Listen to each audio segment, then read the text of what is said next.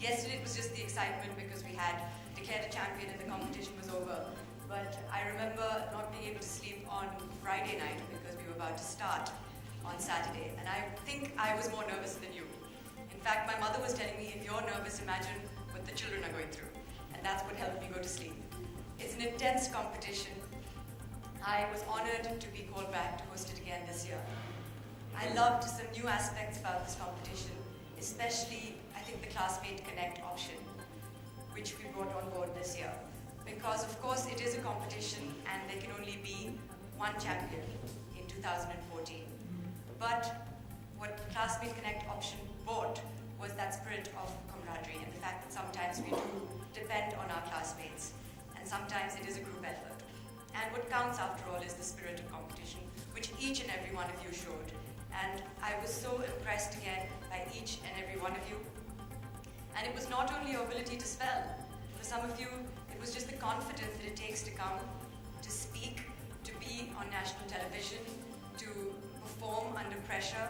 The fact that, of course, you've already proved yourself as winners by making it through 2.5 lakh students to be with us for the competition. And the fact that some of you exhibited other talents, like singing.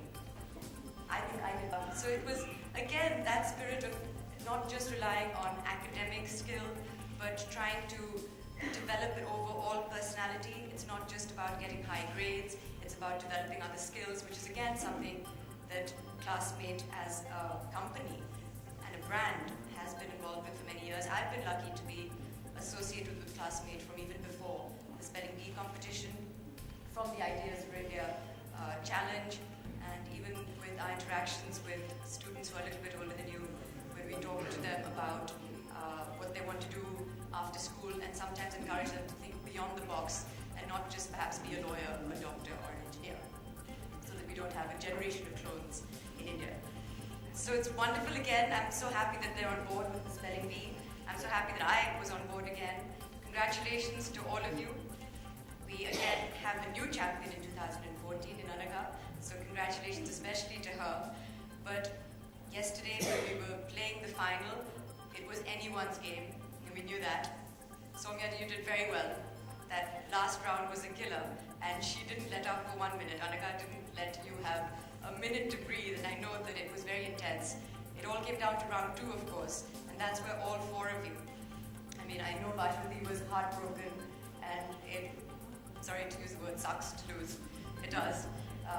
But you won last year. You've already proved yourself. And Esther, you were so entertaining, and you brought so much life to the show, really, you and your brother, who I hope to see next year. And it was so much fun, all of you, really. I had a wonderful time. I just want to say that you're very privileged because you have wonderful parents who support you. You have a wonderful school system that supports you. And just remember that it's not like that all over the country.